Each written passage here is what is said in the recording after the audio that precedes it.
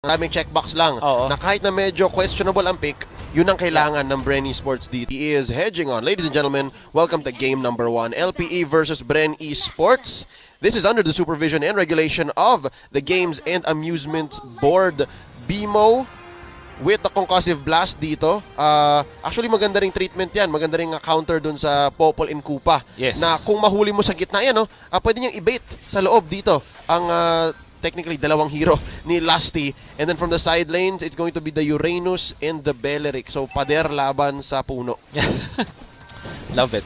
But nevertheless, parang sci-fi laban sa nature. Medieval fantasy, gano'n, Lord of the Rings. But kidding aside, magandang heroes ng Bren Esports in the mid lane when it comes to their comfort, pati na rin yung mga pwede nilang gawin para ma-outspeed yung jungling ng LPE. Naging worry mo kasi dahil nag-Ruby ka, hindi ka ganun ka-bilis or ka-impactful into providing vision. Kasi imagine this is Popol and Kupa, unanswered from LPE, madaling makapag-secure ng vision at ang pwede niyang gawin, nga naman, sabihin natin ang Harik ay mananalo sa 1v1 matchup against Alice. Pero pag naging 2v1, quote-unquote 3v1, I mean, matatalo ka talaga kahit kano kaganda yung matchup mo.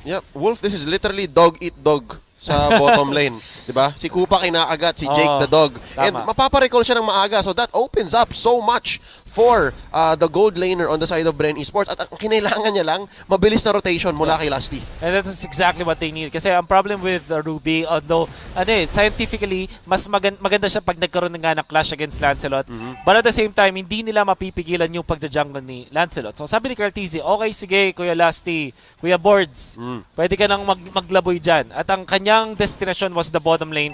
What a decision from Bren Esports. And here we go. Phantom execution ni Cartesi in and out. Napa-ult na nga dito si Ryota on the Beleric. Mapapauwi si BMO. And Wolf, I think sinasabi mo na parang ang gagawin ng isang Ruby, very specific. And in the early to mid game, technically hindi niya pa kayang gawin yon. Talo siya sa tank things. Yeah, sa tank things. Natural tank things. Kumbaga, natural roam things. Kasi, imagine din, si Lusty, meron siyang impact kahit wala siya mismo doon sa mid lane.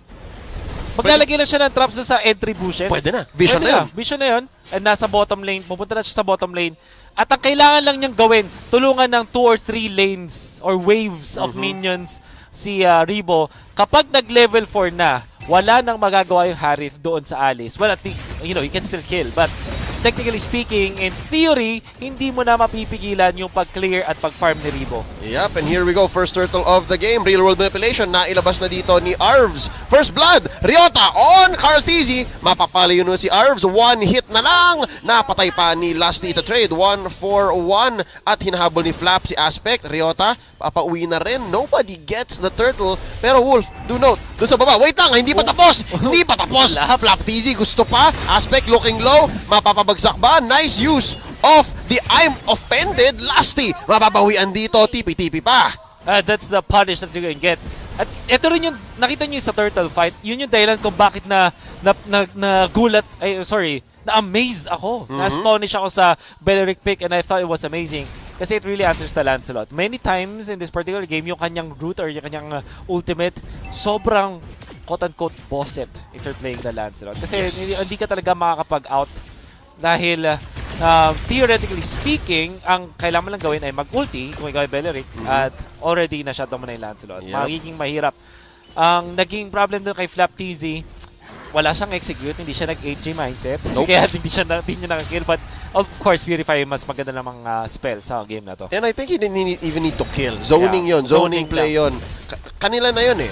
It just didn't come down to a lethal result. Now, real manipulation, linabas na dito ni Arvs. Zoning out the rest of Bren. Few. Pinapasabugan din dito si Arvs. Flap TZ, buhay na buhay. Okay na okay. Umult si Ryota pero papabagsak siya dito. Sumabog. Rebo coming in with the burst from the Alice. Early game pa lang. May binubuga na. Oh, Lusty with the stun. Kinagat si BMO. And Lusty, this did not end well for you kanina. Okay naman. He's alright. Natutunan niya. Nakita mo, Leo, and all the viewers out there, yung impact ng Beleric. Naghintay lang siya na pumasok si Cartesi para mag-pop ng ultimate. So, nung round 1, bago sa turtle fight, nangyari is, nauna si Cartesi, tapos na-counter siya agad ni Ryota. Ang ginawa ni Cartesi, hindi agad siya lumaban dun sa round 2. Kaso, si Ryota, patient. Hintay talaga niya yung kanyang role, which is to just lock down Carl TZ. It was difficult already. At mamaya makikita natin na kung may real world manipulation, may drawing na gagawin ang LPE, makikip nila in place mga members ng Bren dahil dun sa ultimate ng isang Beleric. Superior zoning. Pero to si Few, meron din siyang sarili niya. Feathered Airstrike. Bimo takes a few hits. Taken down. That's -1 already. Umult dito si Ryota. Pinning down 3-4 members of Bren. Sama mo na yung aso ni Lusty. And finally, there's a turtle going over to Carteezy. Third time's the charm. Kita mo nung gano'ng pinapahirapan ng LPE ang Bren Esports. Pero yung Bren Esports naman, ang nangyari is mas maganda yung macro play nila. In fact, yung mga failed attempts ng Bren Esports students on Carteezy, nakapag-farm naman si Ribo. It eventually led to the burst coming through. Again, I think for Bren, it's not a question of execution eh. Talagang timing lang eh. Timing eh. I agree. The case for Ryota, using Wrath of Dryad, one time, big time yun eh. Sa Bren, their uptime is so high. Their uptime it's up to them kung i-engage sila. And right now, good use of the Feathered Airstrike, pinapasok muli ng Bren ang LP sa side nila. Sabi ng Bren, tumatapang kayo ha. Medyo delikado yan. We lost 2 out of 3 fights kanina, pero finally naka-turtle kami, and balik tayo. Neutral ulit. Neutral. Look at down bottom though. Ang ganda because of the space bought by Bren. Definitely yung tulong ni Lusty kay Ribo nag-pay off. Sobra-sobra. Kasi yung LPE, they cannot defend on the bottom lane kasi mayroon silang choice eh. Kailangan ba natin lumaban sa turtle or i-defend yung bottom? Unfortunately, turtle yung pinili ng LPE. Kaya eventually, yung mga little pokes ni Ribo nakakuha na ng torre sa baba. Nice Oh play my God. by Flap Dizzy. Diversion roll ang ginawa. Tapos sabi niya, Kuya Few, Cap, to, lika, pasabugan mo to. But LPE, ever the wiser, hindi naman magpapahuli ng ganon. Nice pressure by LPE up top here. Pupush naman sa mid ang Bren. Good trade on both sides. A very good trade for LPE. Finally catching a break this time. Ginawa nila is finorce nila muna si Flap TZ out of the zone para wala ng mga defensive for Bren Esports. Without Feathered Airstrike, ang hirap din mag-defend it for Bren Esports. Yep, so again, despite losing out on the Chang'e, magandang alternative ang Farsa. Kahit na ba napa 10 push-up si Wolf, sulit na sulit, alright? They're loving this. Currently sitting at about 3,000 gold ahead. This is another turtle being taken free. As free gets for Bren Esports. Now top lane ang magiging target nila. Flap TZ, nagpe-pay off ang pagpilit niya kay Ryota. Parang in isolation pa rin niya si Ryota. Parang ano eh, sabi niya, tauhan mo ko. Pag di mo tinauhan, ipupush ko yung lane ninyo. Oo. And now, however, LPE says, okay, sige, masyado na nating hindi tinutulungan si Jake the Dog. Samahan na natin dito sa lane sa bottom. I like the fact that LPE is setting this up. Hindi sila nagpapakita. Pero kasi suspicious eh. Bakit yung Harit ang confident bigla? Kanina pa nagta-turtle, tapos ngayon bigla ang nagta-turtle, Astrata. Hindi yung turtle na turtle. Yep. Biglang may tao doon, something is wrong. Oo, delegates. And I think, fair to say, alam naman ng LPE na hindi dapat nila ipilit yung ganung strategy. Dahil may trap si Lusty, may libreng face check si Flap TZ, and it's just not smart. So again, this is essentially LPE saying, wait lang, hanap tayo ng ibang lugar. Hanap tayo ng ibang galaw. Feathered Airstrike dito, ilalabas na ni Few. Flap TZ trying to pin down one. I'm offended! Bimo finds one. A little too late on the damage comeback. Si Few masya-shut down, pero that's 2 for 1 already. Zaman Force dito, ito ang gusto ni Jake the Dog, pero wala silang engage. Down goes Ryota, 2v4 ang laruan dito. Jake the Dog sa likod, papasabugin ni Ribo, and that's gonna be a wipeout. Double for the GOAT! My goodness, the positioning of Bren Esports pati na rin timing sa pagpunta nila, yun yung nagbigay sa kanila ng pagkapanalo dun sa clash na yun. And Flap TZ will not be able to get a push, pero at least makapag-farm siya at makapag-cut ng minions. Maghahabol na naman yung LPE when it comes to the minion wave clear. At ang nangyaring clash was si Few, namatay siya pero nabato na niya yung buong combo niya. So it won't matter so much. Ngayon, yung timing din ng ultimate ni Jake the Dog, nag-favor pa sa side ng Bren Esports kasi doon na nakatalon si Ribo at dahil confined space yung pinaglabanan, naging sulit yung ultimate ni Farsa pati na rin ni Alice. Look at that, Bimo, napigilan niya yung combo but already nabato na ni Farsa. And Flap TZ, tignan mo yung positioning niya, binlock niya yung Death Sonata, tapos eventually Ribo took over with Carl TZ. Carl TZ eventually will be taken out here. Pero yung kapalit kasi, tingnan mo yung mga stun. Yung stun at yung AoE ni Rebo na sulit kasi confined area yung pinaglabanan ng LPE. Yep, that interview was brought to you by Oppo A94. Experience gaming at full speed with an Oppo A94. Get yours for only 13,999 pesos. Great breakdown, Wolf. Again, it's too late for Jake the Dog. Ang ganda sana nung engage. Kanya na yun Zaman Force dun sa maliit na eskinita. Pero sabog na yung mga kampi niya Too late. Tignan mo to. Casual Deadly Blade for the Popular Copa. Classic. Tapos I believe this is called the O Mask. Which means na kayang-kaya niyang i-shutdown din si Jake the Dog. I think yung problem when you're the Harith, may nasasagot ka. You are okay when it comes to the laning against Realis. But if you look at the Popular Copa, ang gano'n ka-disruptive yung mga extra stunts and knockups from that mask. Walang laban yung passive ni Harit na 45% resilience. Look at that! Here's an engagement. Nice pick-off onto Few. A little too confident there. Carl Tizzy ngayon ang tatargetin ni Bimo. Looking for one. Bimo sumasagot ng kanyang sariling TP. Flatizi and Rebo into the backline. Si Aspect ang papasabugan dito. Rebo gonna dive in. Rebo continuing the engage. Now, Ryota popping the Wrath of Dryad and that second skill. Out! Sabi ni Rebo, out! Bumagsak dito si Jake the Dog and si Bimo din naman. And amazing sustained play by Bren Esports. Good shot call and good presence of mind by Rebo. I love the fact that you mentioned yung shot call, pati yung presence man ni Rebo. Kasi ang ginawa ng Bren Esports, sabi nila, okay, sige si Few ay namatay. But so many ultimates committed from LPE. Sabi nila, okay, sige, wala na mga ulti. We can fight. And Bren Esports, with the leadership of Flap and Rebo, the sustained side lanes, na-isolate nila si Harith. And eventually, Carl Tizzy took over dun sa upper part ng mapa, nung clash. Yung lower part naman, si Rebo at si Flap yung bahala. Isolation play. Isolation play, and again, ginegage lang nila Ang ganda ng control ni Rebo sa HP bar niya. Ginawa niyang resource yung sarili niya essentially. Tapos bago pa siya makitil dun sa team fight na yon, sabi nila, wait lang, kaya pa yan. Easy Lord take here by Bren Esports. Actually missed out on whether it was Luminous or not. We are sitting at 12 minutes, 20 seconds. I do feel it is. We'll see Lord when he does come marching in bottom lane kung yellow ba yan o purple. Do take note kapag inatake nyo na yung Lord ng hindi pa 12 minutes, kahit pa mapatay yung siya ng 12 minutes, hindi siya, level 1 pa rin siya, hindi pa rin siya enhanced. Parang turtle. Yes. Uunahan mo lang essentially. Ang tagal ni Lord, ang tagal niya lumabas. This is good for LPE. They're able to still gather their thoughts. Iniisip nila, wait lang, paano ba natin na-atakihin to? Luminous nga, Wolf. Luminous. Masakit.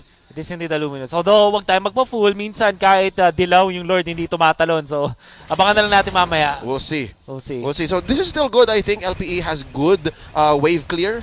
Has good range. Pero yun nga, dito natin nakikita yung one-time, big-time play potential ni Bimo. He really needs to be in the right place at the right time. You're seeing yung problema when you're facing Popo. Tingnan mo yung traps placement.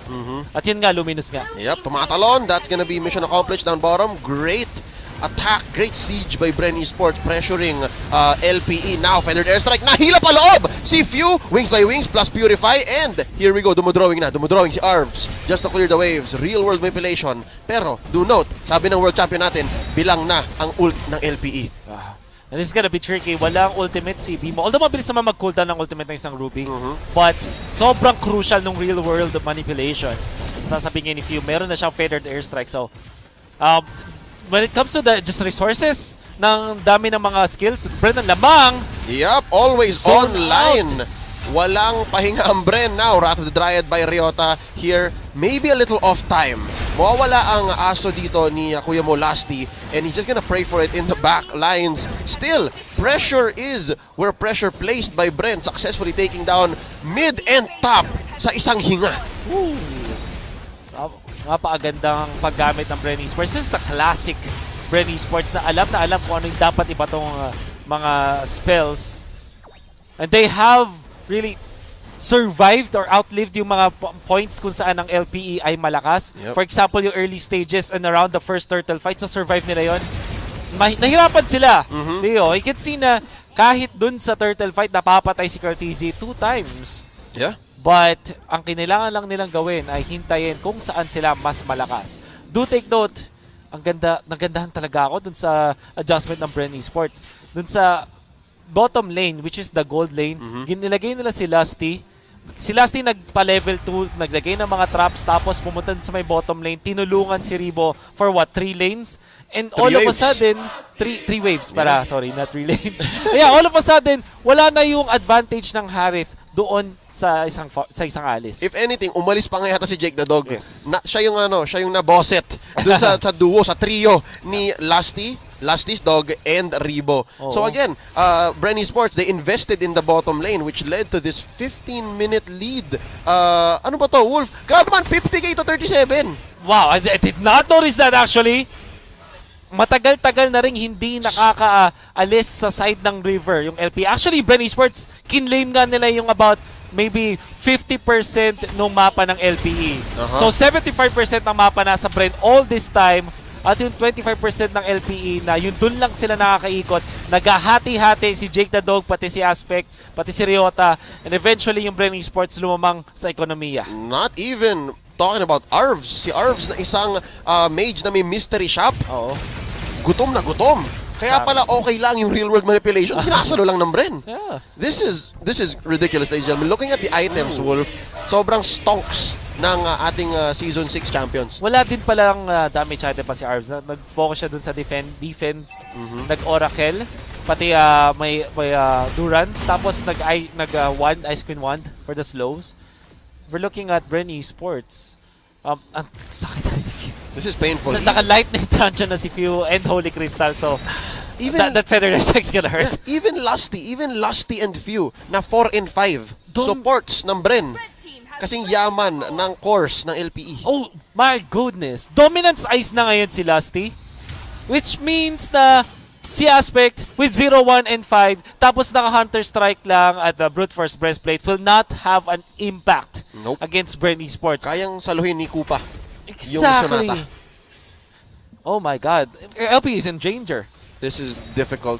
Did you say they're in Granger? They have a Granger. Pero tingnan natin dito kung paano sila magde-defend. This is going to be possibly the final siege. Enhanced ang siege minions ng Bren Esports. Gonna be crashing down all 3 lanes. Lord marching down mid. Ito for sure. Luminous level 2, 17 minutes in. Nagsiscale si Lord. The longer the game goes, this is gonna be as clutch a defense as it gets para sa LPE. Kaya ba nilang pigilan ang pagtatapos dito ng Bren? Real world manipulation. Tama-tama ang pagpasok pero may sagot si Few. That's going to be the feathered airstrike. Few gonna get blasted by Arvs. And no, this is going to be Ribo from the backline splitting up LPE as Lord wails away at the base.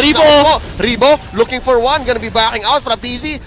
Ladies and gentlemen, a successful defense. LPE buhay pa. Buhay na. Arvs, better timing.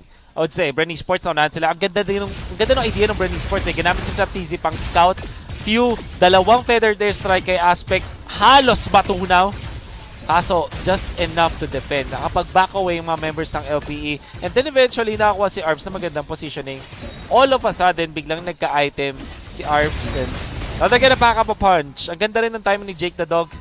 And at this point, dahil ang dinidepensahan na lang ng LPE is just... This is what's scary, no? Yung damage ng Bren, hindi mo mabubuan ng simple lang eh. It's physical, magic, across the board. Yeah. 50-50 almost. It's gonna be important. Napaka-crucial ito para sa LPE. Positioning ni Arvs ang kailangang tignan. Yung management nila ng skills, hindi na pwedeng mabait ang mga members ng LPE. Yup, it's the last fight possibly. Real manipulation, inunahan na ni Arvs. Sagot naman, feathered airstrike dito. Base, tinatama-tamaan na ng Bren. Right in the middle, Lusty's gonna go down. And that's gonna be another, I believe, from the back. Pero base ang puhunan. Ladies and gentlemen, Bren Esports secures the first game of victory.